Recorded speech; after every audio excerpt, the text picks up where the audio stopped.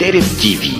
la première chaîne en ligne qui vous fournit toute l'actualité en temps réel. Une couverture de l'information économique, politique, financière, technologique et sportive au Sénégal.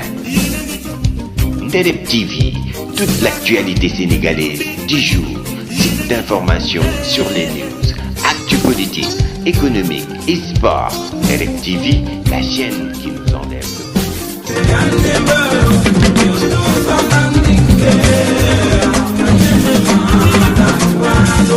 mbokki amateur yi mbokki Ndereb Ñoxor production moo dellu siwaat ci la 13e édition ci stade municipal bu Ndereb nekk ci Saasar ci combat amateur combat jinne daal di dajale gone yi dàq bëri ci tund Bawol gën ci saf lamb ëpp ci ambiance daal di koy def grand combat muy ruube bu Bada Jon ak nandite bu Njaasaan muy drapeau Alassane Ndiaye borom Italie ñu ne déetawaay mu daal di cay toftal combat spécial bu neex ba diggante Mante Fraisse ak Thier Dabala muy drapeau Bara Teranga beneen combat spécial ba mooy dox ci diggante Grenade 3 ak laax bu tàng muy drapeau Bara Diak ñu ne fils de Bada Yande dana fa laaleeg jeex jàmm ndongolo dana fa laaleeg fils de Ñoxor Ada Fass dana laaleeg caatu mbal mi Petit Ngéwél dana laaleeg Bébé Star ñu ne bile bés nag ku ko tardé du rëy ndax la ñu nar a am ci animation daa nar a tukkal jamono nabu yaa daan feggoo ak Baye Demba Ngañ ñu yëngal réew mi ba mu yëngu ñu ne invité d'honneur ya wulli waat ambassadeur original monsieur le maire de la commune de Réfane di Djibril Thiaw 3e adjoint au maire di Mariam Sarr Guy Ndour di responsable politique APR ci Ndereb responsable politique Pastef ba di Asiad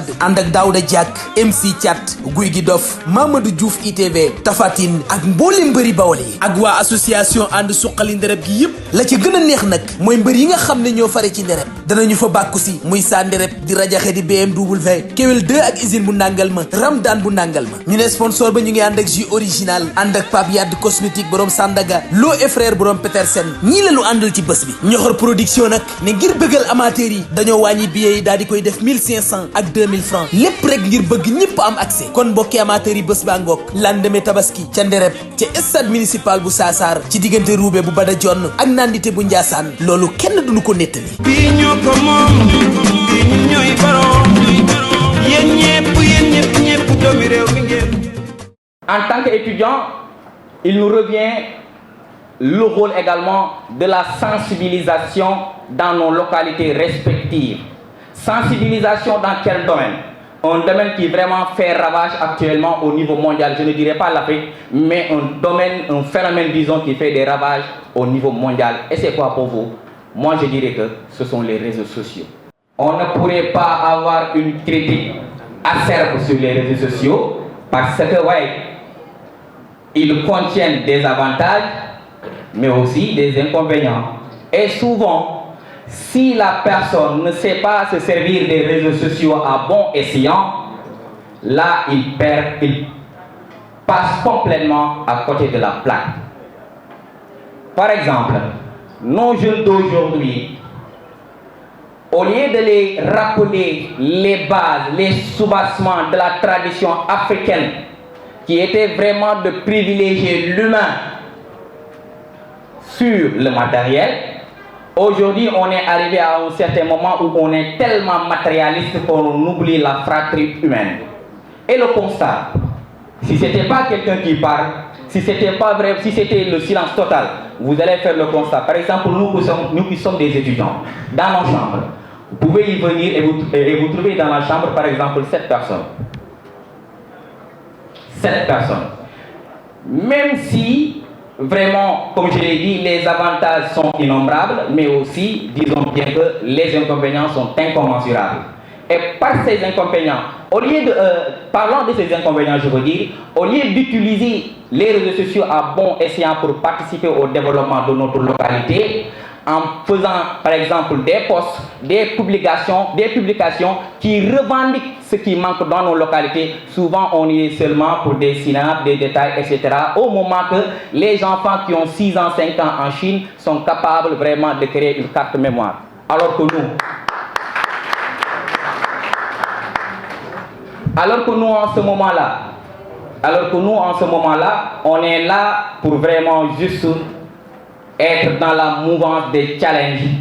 des choses futiles et inutiles qui n'apportent rien pour la bonne marche d'une société.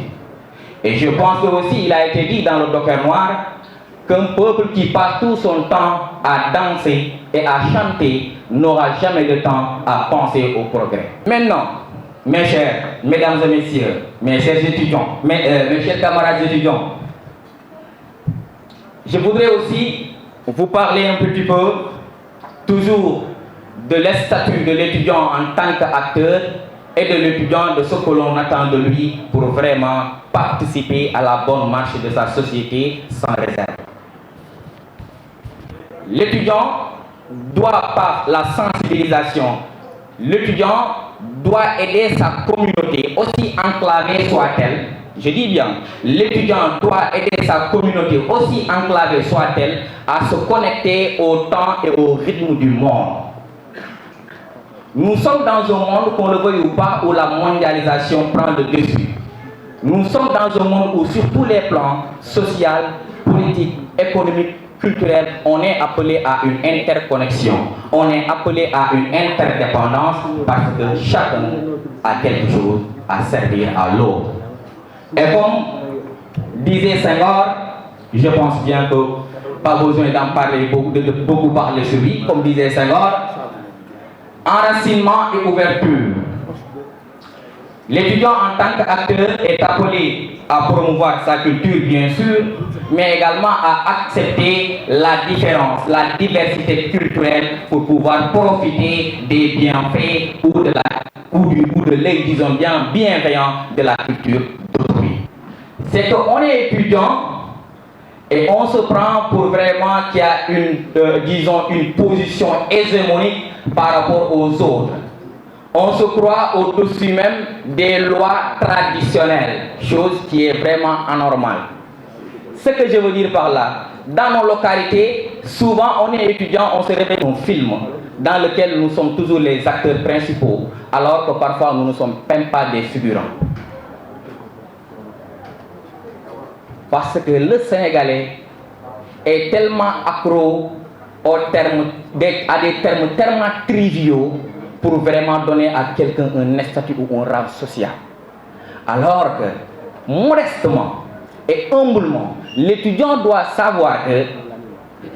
être étudiant n'est pas synonyme d'être intellectuel. Nous avons besoin de l'altérité, nous avons besoin de l'autre pour vraiment évoluer. Le Michel a dit à l'entame de ses propos que parfois il tombait sur mes textes, et d'ailleurs même je me sens plus à l'aise là-bas, je ne vous le cache pas. Mais là, comme je l'ai dit également à l'entame de mes propos, je suis invité par quelqu'un pour qui je ne peux rien refuser. Et je ne vous le cache pas aussi, c'est une fierté, parce que je suis réfranois comme vous tous. Oui, j'avais parlé de ces étudiants-là qui ont une légitimation erronée du savoir. On peut être diplômé, c'est ça, voilà ce que l'université donne. Mais la formation active, la formation qu'il faut, c'est dans la vie active. L'étudiant doit être un acteur pour s'impliquer tout ce qui a trait avec le développement de sa société. Tout ce qui a trait. Je ne laisse aucune organisation. Pourquoi? Parce que l'étudiant, après avoir franchi un cap pour aller dans un autre, il se doit de se montrer comme étant un modèle qui a un impact positif dans sa société. Et pour cet impact, qu'est-ce qu'il devrait faire? En gros, qu'est-ce qu'il devrait faire pour vraiment avoir un impact positif dans sa société? Je me dis que l'étudiant doit se montrer un modèle déjà, mais également doit se montrer un leader. Monsieur Moussa Ngom, l'homme qui a l'habitude de dire a good leader is someone who chooses a way.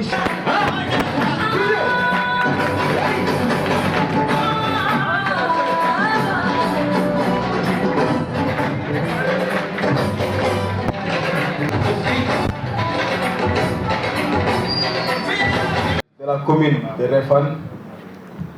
Monsieur Yogou Thiaw, représentant du parrain, Mesdames et Messieurs,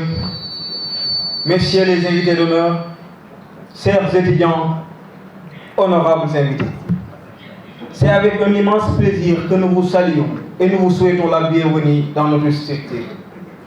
Votre présence témoigne de votre attachement. Certains ont quitté leur pays et leurs occupations, d'autres ont parcouru des kilomètres rien que pour la réussite de cette journée. Merci pour cela, nous vous en sommes très reconnaissants.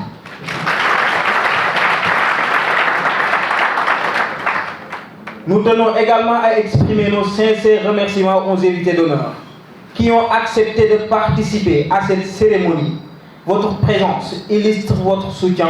et renforce notre engagement commun envers l'éducation et le développement de notre communauté. Chers nouveaux bacheliers, en tant que président de cette association, je suis ravi de vous accueillir aujourd'hui. Notre amicale se réjouit de la force et de l'énergie que vous allez apporter à notre communauté. Votre présence aujourd'hui témoigne de votre engagement à soutenir nos valeurs et à participer à notre projet associatif. Vous rejoignez une association qui est un pilier essentiel dans la vie de notre localité. Et je suis convaincu que votre contribution sera déterminante pour notre avenir commun. Alors bienvenue à vous tous et ensemble nous réalisons nos objectifs. L'adage dit, l'éducation est le meilleur passeport pour l'avenir. L'autre dit, éduquer, c'est façonner des vies. Donc cela suffit largement à titre d'exemple parce que vous vous souciez beaucoup de notre avenir. Notre amicale a un rôle à jouer dans la vie de notre commune. Nous avons des projets ambitieux pour l'avenir, des projets qui nécessitent l'engagement de tous. Je suis convaincu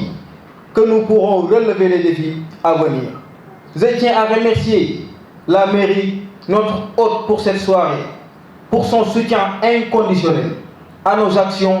Cette collaboration étroite a grandement contribué à notre succès et à notre développement au fil des années. Je tiens également à souligner l'importance de chaque personne présentée ici. Enfin, un vibrant merci à tous les membres du bureau de notre association pour leur dévouement et leur travail acharné, leur engagement sans faille, est ce qui nous permet d'accomplir nos missions et de réaliser nos objectifs. Nous sommes reconnaissants pour leur leadership et leur détermination. Merci beaucoup. Que la fête soit belle.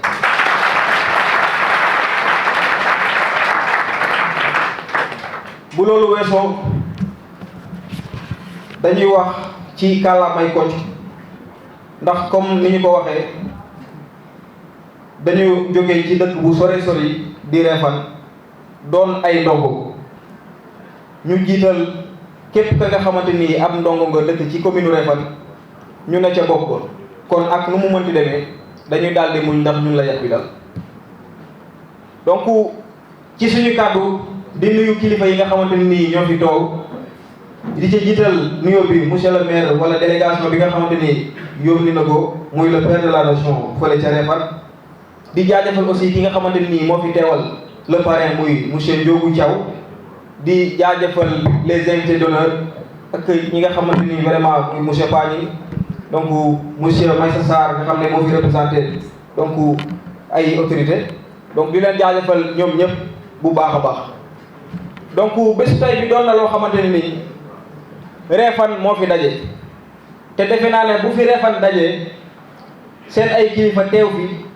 seen ay mag teew fi ñi nga xamante nii dañoo yaakaar ci ñoom teew fi day daal di baax ñu waxtaan ci li nga xamante nii mooy telluwaayu Réfane jamono ji ndax ñi ngi agsi ci boppu kuréel gi le 6 février bi ñu génn biñ ci agsi aussi fekk nañu kuréel gi di dox ndax mën nañ ne Réfane mësta des ginnaaw ndax Réfane am na ñoo xamante nii ay royuwaay lañu ku gersu di nga gis foo xamante nii boo ca xoolee di nga dem ba ñu lay tudd ëllëg ci réew mi ndax seen sérieux ci li ñuy def ak seen bëgg seenu dëkk kon dama naan leen ngàcce ngaalaama suñu mag yi nga xamante nii ay royuwaay lañu tàccu leen mooy bu wax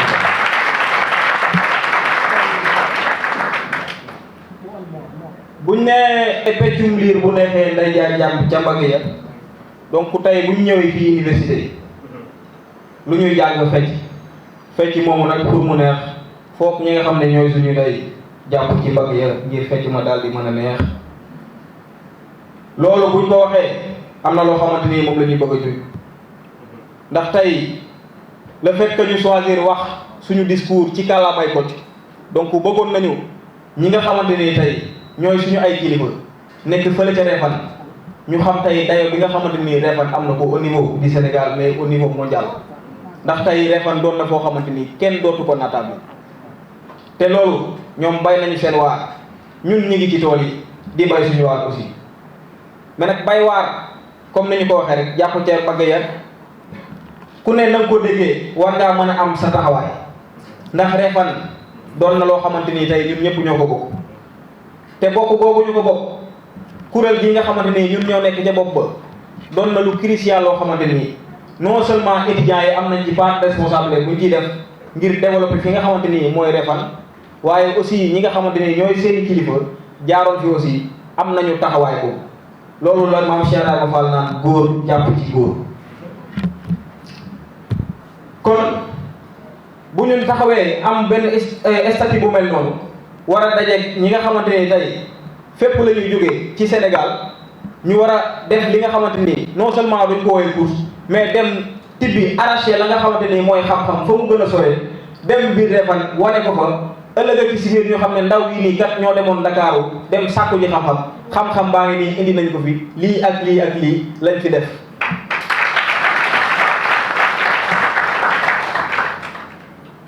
donc di gàccee ngalaama étudiants yi Réfane ndax vraiment tey condition yi nga xamante ni moom la ñu nekk fii ci université bi précaire na waaye Réfane mës a des ginnaaw kon gàccee ngalaama tàccu leen seen bopp nit nag bu fekkente ni day sàkku xam-xam doon jàmbaar ca la muy def donc war nañoo mën a taxaw fexe ba gën koo gëddal fexe bala muy def bu cee def benn ndax ak njàmbaaram ñu teg ko loxo ba mu mën caa def fukk ngir réew mi nii Réfane daf ci am wàll te da ko war a jëli ak fépp fu mën ne kon loolu ñi nga xamante ni ñoom lañ ci woo mooy kilifaay Réfane donc tey salle bi fees na di jaajëfal aussi suñu kilifa sëñ Mor ñu koy jaajëfal bu baax a baax délégation bi nga xamante ni yëpp daje nañ fi di dégg kàddu yi kenn ku ci nekk tey xam nga sa taxawaay ci Réfane te aussi gis nañu li nga xamante ni tey noonu la ñuy taxawoo doomi Réfane ndax li ñuy dund fii ci biir université bi metti na trop ndax ku ne xam na ne tey gàddaay dem sàkku ji xam-xam dafa metti xiif am na ci mar am na ci lépp am na ci mais du ñu def lu dul di muñ ndax sëñ Touba doon wax naan laa tub siri saqwa fakkun mutajallidan xataa tasunna naasu annaka mun xam kon loolu buñ ci nekkee nga xam ne am nañu foo xam ne mën nañ fa focaliser ngay ut xam-xam muy metti ngay muñ day doon loo xamante ni lu nekk la ci ñun ndax ki nga xamante ni mooy suñu yaakaar tey ëllëg di borom Touba daf ñu ko jàngal kon loolu day jaaru ñu xam fi nga xam ne mooy tolluwaayu Réfane di jaajëfal aussi donc vraiment un grand frère boo xamante ni li nga xamante ni moom la étudiant yi Réfane nekkee gis na ko teg na ci bëtam waaye seetaanuñu benn yoon ndax boo xoolee loo xamante ni c'est la première fois mu am tey la structure qui regroupe l'ensemble des étudiants de Réfane muy kuréel yi ëmb képp kuy ndongo ci biir Réfane tey réussir na ba loger lu toll ni juróom fukki étudiants au sein du campus social te loolu moom mën nañu c'est la première fois te loolu bu ñu ko amee c'est grâce à un grand frère je me nomme monsieur Bassirou Tine alias Mankal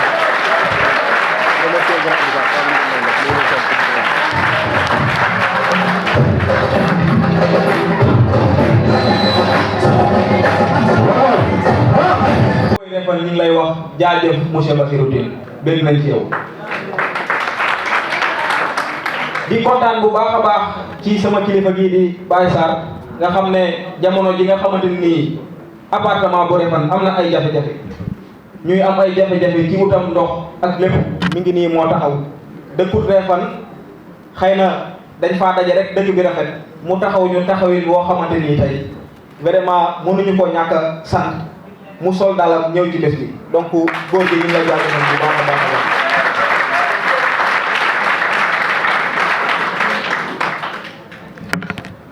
donc defe naa ne xalangu dajul suuf te ay jafe-jafe moom fii lañ ko fekk fii lañ ko bàyyi donc di lancer appel ci ñi nga xam ne ñooy kilifaay Refane ñu gestuwaat étudiants yi ndax sàkku xam-xam doon na loo xamante ne lu méttee métti la donc te ki nga xam ne day sàkku xam-xam buy sàkku xam-xam tey defu ko dara taxu ko lu dul mu ñëwaat am xam-xam ngir servir dëkkam donc ñu ngi ci woo ñëpp ñu ñëw jàpp ci li nga xamante ne mooy amical bi fexe ba teg leen loxo ba tey fépp fu ñu dem muy concurrence ak lu ñu mënti dem ñu ñëw indi ay résultats yoo xamante ni dañ naan ñii kat Refane la ñu continuer di def la fierté de Refane donc du ñu guddal di tuub bu wér a wér a wér di nuyu aussi sama yaay mi ngi ci ginnaaw nii madame Adji Diallo doon vraiment jigéen ju mën góor di ko jaajëfal bu baax a baax a baax moom ak délégation Tata Awa Ndiaye ak Tata Maymouna di rakam donc di jaajëfal aussi le parrain di monsieur Pape Diop borom Refane TV ki nga xamante ni mooy Ndiogou Thiaw représenté ko fii tey donc gis nañu taxawaay bu baax a baax monsieur Daouda Ndour donc nekk responsable politique ca Bergamo Italie aussi gis nañ fi taxawaayam ki ko représenté mooy monsieur Maïssa Sarr ñu ngi kontaan bu baax a baax ci moom monsieur Assane Faye doon le PDG de Gawane Forage entreprise boobu ki nga xamante ni moo ko fi représenté di monsieur Aliou Diop donc un grand boo xamante ni vraiment je l'estime beaucoup donc di leen jaajëfal di jaajëfal aussi ki nga xamante ni moo di monsieur Assane Bell kooku dama naan mention spéciale à lui ndax taxawaayam à l'endroit du étudiant doon na loo xamante ni vraiment am nañ fu ñu tàmbalee ci mbir waaye amuñu fu ñu yem donc monsieur Assane Faye Bell ñu ngi lay jaajëf Assane Diouf ñu ngi lay jaajëfal bu baax a baax étudiants yi bég nañu ci yow kon du ñu def rek lu dul di wàccee kàddu yi foofu di leen wax ne étudiants yi Refane ñi ngi fii defuñu lu dul bëgg a am xam-xam te ay jàmbaar lañu donc liñ naan nag bëri ko ci mbartal puus mu dem ñàkk puus mu dem donc ñi ngeen di ñaan ngeen puus bërigo yooyu ne ci mbartal yi ngir bu ndam amee ëllëg mu doon sago Refane ngeen ñu ngi réew ba wasalaamaaleykum wa rahmatulah